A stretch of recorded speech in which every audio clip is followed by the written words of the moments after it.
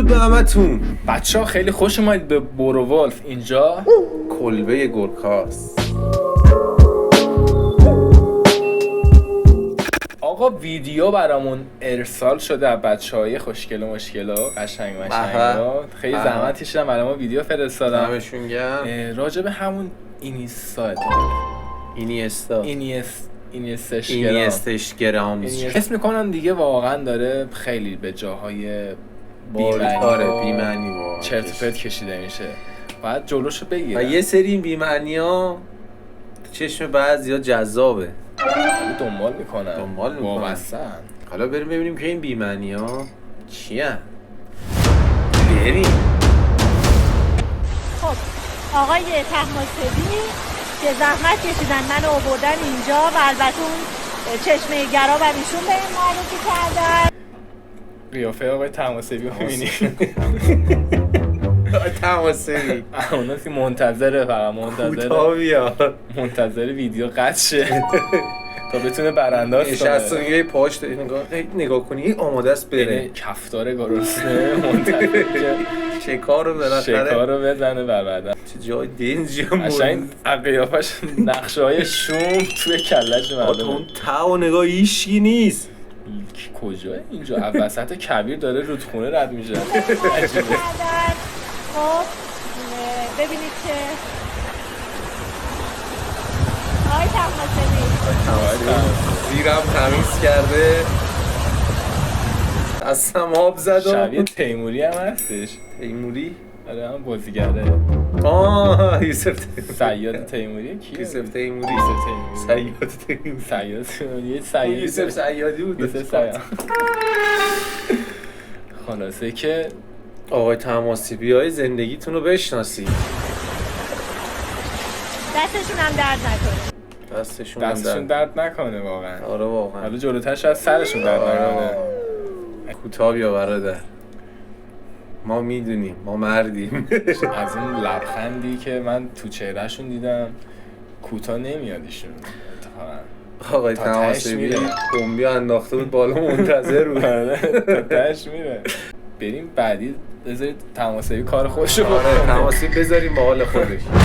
وعده های غذاییم برای 10 کیلو کاهش وزن. برای صبحونه فقط نصف ظرف کیک رو خوردم چون قند رو محدود کردم. برای ناهارم این 3 تیکه پیتزا سهم من شد. بعد ناهارم یه انرژیزا خوردم که بشوره ببره به کارام برسم.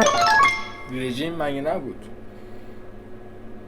عجیبه این اینستاگرام واسه این چیزاش عجیبه. چون شام دیر آماده شد عصرونه یه لیوان آب میوه سالم خوردم با سالاد ماکارونی و چیپس. شامم هم که پروتئینی بود و فقط کباب خوردم با یه کوچولو کره و یه بشقاب پلو.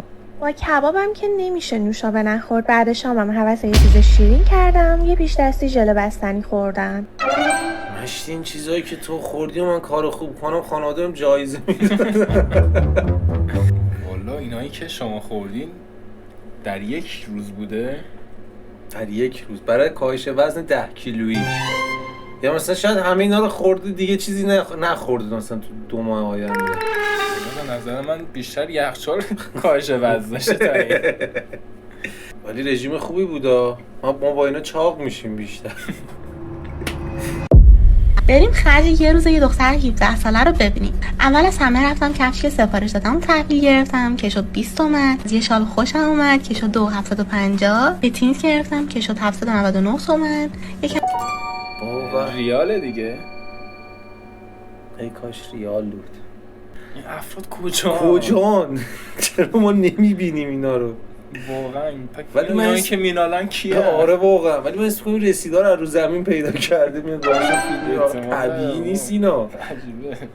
که هم آجیل گرفتم که انرژیم نیفته شد 210 تومن. از اونجایی که حدود یه ماهی میشد که مانتو نخریده بودم 7 مانتو گرفتم که با تخفیف شد 30 تومن. 1 ماه بود مانتو نخریده بود، با تخفیف شد 30 تومن. آخرین بار که تیشرت گرفتی کی بود؟ داشت یادم نمیاد حقیقتش. من تیشرت نمیگیرم اصولا. من اصولا تیشرت نمیگیرم برای داداشم.